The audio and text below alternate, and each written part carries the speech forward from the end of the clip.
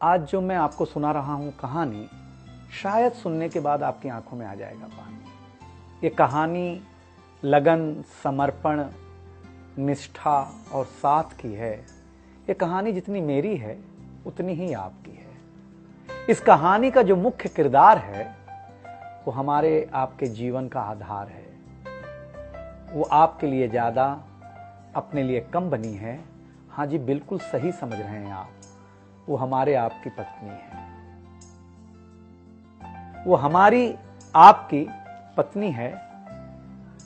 कभी आपने सोचा कि वो आप एक के साथ रिश्ता जोड़ा था, लेकिन एक के साथ रिश्ता जोड़ने के लिए उसने घर, गली, आंगन, मोहल्ला, सखी, सहेली, माँ बाप, न जाने कितनों रिश्तों से अपना मुंह मोड़ा था।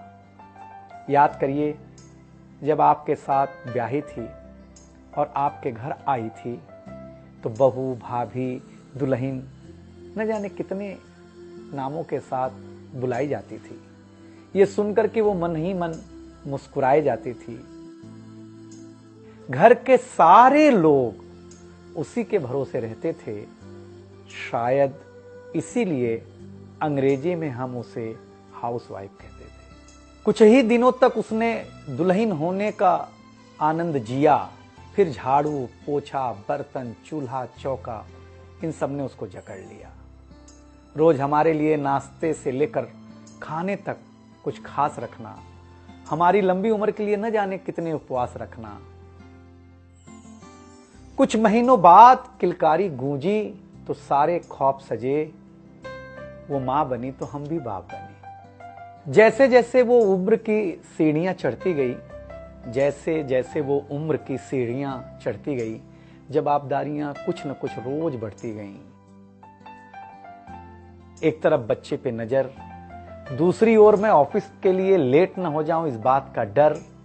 सब कुछ बराबर हो, कुछ रह न जाए, और इस बात पर भी ध्यान कि गैस पर रखा हुआ दूध कहीं बह न जाए।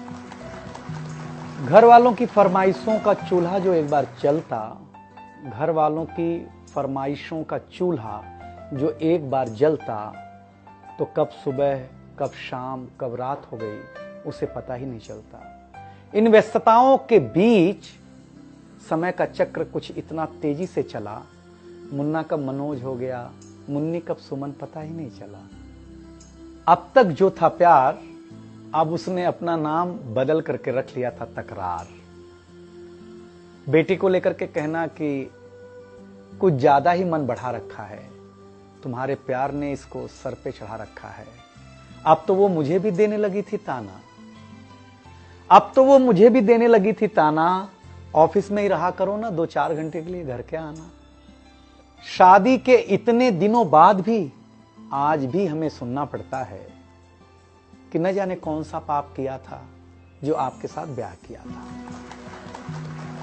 और ये तो रोज की थी कहानी।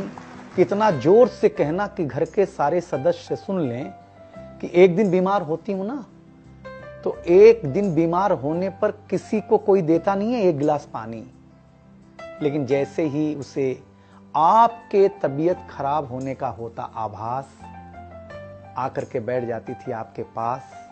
याद तो होगा ना, वो मीठी बातों के साथ माथे पर विक्स लगाना और साथ में कान में यह भी कहना कि कल सुबह अगर अच्छा ना लगे तो फिर ऑफिस मत जाना। लेकिन एक दिन समय ऐसे मोड़ पर ले आता है जहां बदल जाता है जिंदगी का ताना बाना। थाली में रोटी रखते हुए उसका ये कहना कि बेटी जवान हो गई है, क्या अब लड़का भी मुझे ही ढूंढने होगा जाना।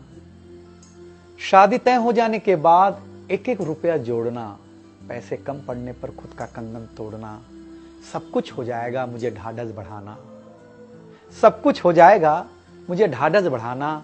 विवाह का गीत खुद रोते हुए गाना। याद तो होगा ना आप लोगों को ये गुजरा हुआ जमाना। कुछ समय बाद जब हम जवाबदारियों से मुक्त हो जाते हैं तो कुछ ज्यादा ही धर्मयुक्त हो जाते हैं। उम्र के अंतिम पड़ाव पर हम बीमारियों के बीच जीने लगे हैं। बिना शक्कर की चाय पीने लगे हैं। लेकिन सच ये है कि जब तक हमारी आपकी पत्नी साथ है, चाय मीठी हो न हो, लेकिन जिंदगी में पूरी मिठास है। जबकि पत्नी के बारे में बहुत कम लिखा गया है, हर जगह माँ का ही गुणगान है।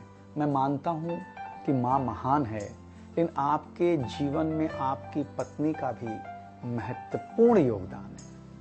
तो आपसे निवेदन इतना सा है कि आप अगर घर पर हों या घर पर जाएं तो अपनी पत्नी का हाथ हाथ में रख करके संतोषानंद जी का लिखा हुआ एक गीत गाएं कि तू धार है नदिया की, मैं तेरा किनारा हूं, तू मेरा सहारा है, मैं तेरा सहारा हूं।